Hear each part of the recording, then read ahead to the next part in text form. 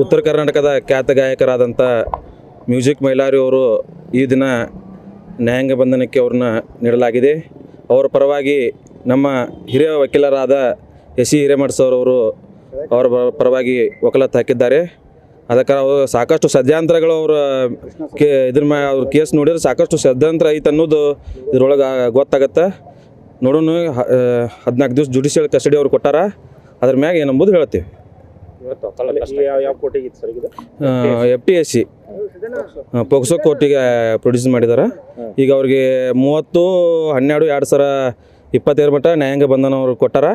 ಅದ್ರ ಮ್ಯಾಗ ನಾವು ಮುಂದಿನ ಏನು ಕಾನೂನು ಪ್ರಕ್ರಿಯೆ ನಾವು ಇದು ಮಾಡ್ತೀವಿ. ಈಗ ಮೆಡಿಕಲ್ ಟೆಸ್ಟ್ ಒಂದು ಆಯ್ತಲ್ಲ ಸರ್? ಹಾಂ, ಮೆಡಿಕಲ್ ಟೆಸ್ಟ್ ಆಯಿತು.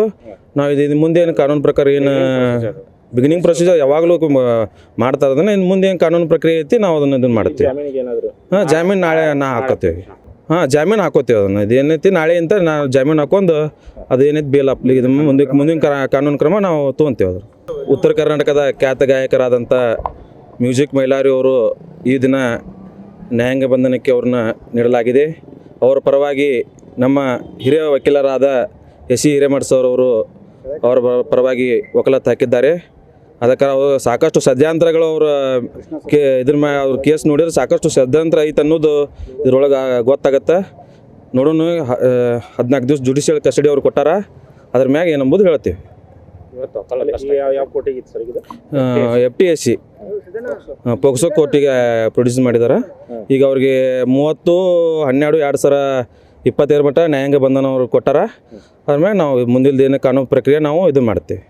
ಈಗ ಮೆಡಿಕಲ್ ಟೆಸ್ಟ್ ಒಂದು ಆಯ್ತಲ್ಲ ಸರ್? ಹಾಂ, ಮೆಡಿಕಲ್ ಟೆಸ್ಟ್ ಆಯಿತು.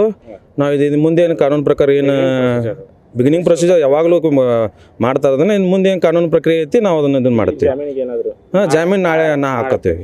ಹಾಂ, ಜಾಮೀನು ಹಾಕೋತೀವಿ. ಅದನ್ನು ಇದೇನೈತಿ ನಾಳೆ ಅಂತ ನಾವು ಜಾಮೀನು ಹಾಕೊಂಡು ಅದೇನೈತಿ ಬೇಲ್ ಅಪ್ಲಿಗೆ ಮುಂದಿನ ಕಾನೂನು ಕ್ರಮ ನಾವು ತೊಗೊತೀವಿ. ಅದ್ರ